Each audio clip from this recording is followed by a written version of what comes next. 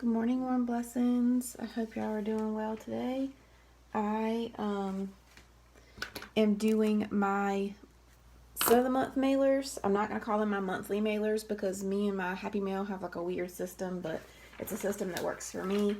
I cannot do my mailings all once a month. I just can't. That's not how my brain works. And so I do my Scent of the Month mailings, and then I do my Scentsy Club mailings, and then I do my Happy Mail mailings for people who, and when I say Happy Mail, I mean people who've bought PWS order from me. They get Happy Mail. Anybody else who orders from me and I deliver it to them, their Happy Mail or their thank you package is going to come in their order. But right now I'm doing my Scent of the Month mail for my customers. And so what I used to do is, and listen, whatever works for you, right? Remember, take some, try some, trash some. My Scent of the Month used to be, I just put it in orders whenever, I would put together somebody's order to give to them. I would just put their, like, right inside of their order. But since COVID, I have not been doing as many, like, local orders, which is fine by me. So I'm doing a lot of mailings, which is fine. So what I do is a little bit different. I've not always done this, but I have been doing this since January, and it seems to be working out pretty well as far as getting and obtaining repeat customers. And it is a form of follow-up. So sending stuff in the mail is a form of follow-up. That's a contact point, okay? So the way I do my Scent of the Month, and I've heard people talking about this for years, yes. Is the internet on? Yes, but I'm not hooking it up right now if it's not on the iPad. I've heard this for years, and I've always just okay, babe. I've always downgraded it because I'm like, that's just too much. I can't do all those things. I can't do that. It's too many mailings to send out. Well, I decided to give it a try, and kind of like my follow-up system, the first time I ever heard about follow-ups, I was like, that's too much. I ain't doing that. When I finally decided to do it, it actually went really, really well. And so that's why I decided to give this a try. So 8 years in, I'm trying something new. That's okay. It's always great to reflect and evaluate your business and decide what you can try differently, what you can give up because it doesn't seem to be working after a spell. So with all that said, this is what I am doing. Every time I get a Scent of the Month, I pull my contacts report from my workstation. And I can't go through all this with you right now because it would be showing you sensitive information from my customers, and I don't want to do that. But I go to the contacts tab, I sort by last purchase date, and then I export that to my computer. I export that Excel to my computer, and what it will do is it actually exports all of your customers. But I'm only keeping, so I get my Excel document pulled up.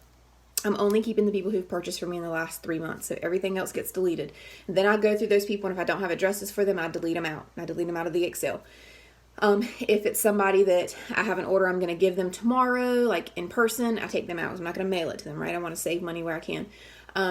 If it's a Scentsy Club person, so this does take me a little bit of time, yes, and it may be a little bit too tedious for some of you guys, but I'm going to give you like a what I would do if I'm not here at this stage right now. In just a second. So what I do is I actually will have my workstation pulled up on my computer with my Excel sheet, and I'm looking to see who has Scentsy Club orders coming out in May.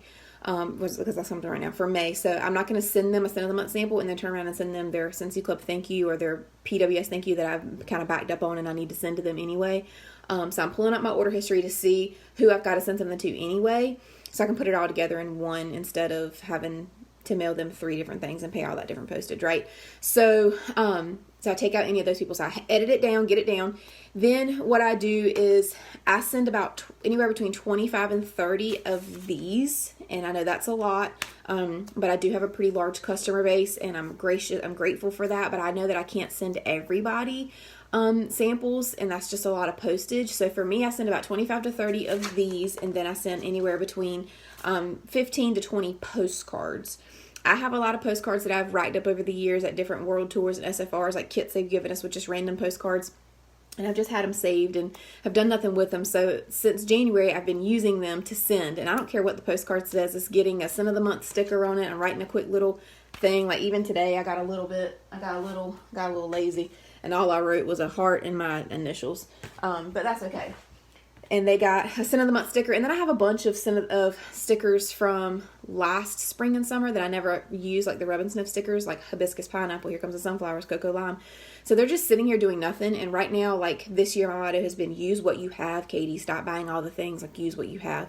So I put some extra of those stickers up there to send out with the postcards. So all in all, I sent about 50 to 60 mailings of scent of the month. And I know that sounds like a lot for some people. So let me just give you this idea. If you can't afford to send that many mailings, or maybe you're new to sending mailings, until you can get your feet wet and figure out what system you want to do, one thing that you could do is send 10 postcards with your scent of the month sticker, or 10 mailings. Maybe you can afford to send 10 of these, because my cut samples are thin enough that they can actually be mailed.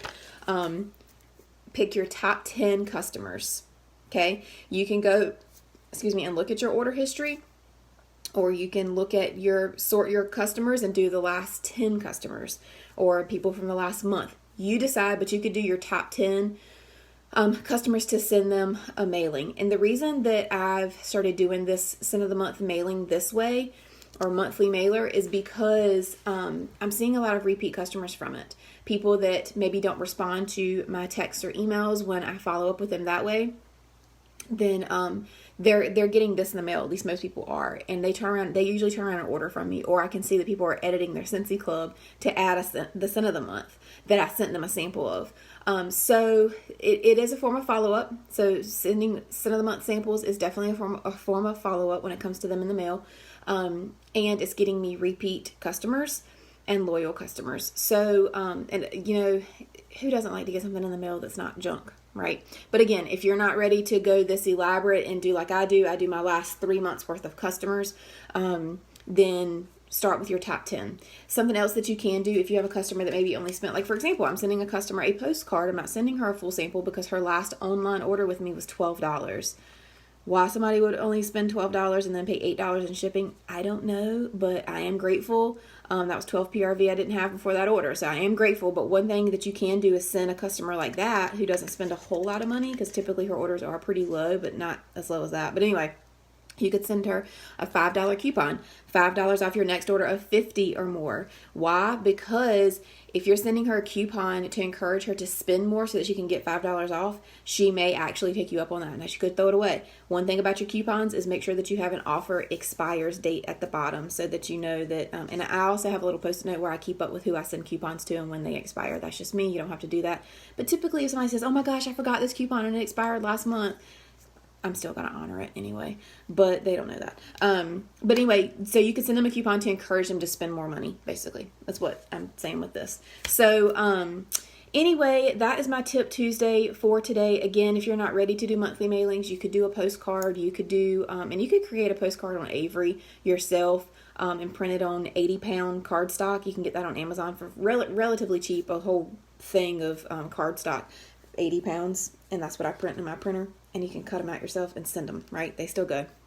So you could pick your top 10 customers to send a monthly mailing to. Again, it's a follow-up. It's you being in their face. And then another thing I did today, I did edit this because a lot of my customers are from parties or fundraisers that I don't know that well. What I did was I made a new label. This is my return address label, and it's got a picture of me up there because people want to know who you are. They want to make a connection with you. So anytime that you can show your face to your customers, be sure that you're doing that, okay? So, I mean, if you don't want to put it on your labels, that's fine.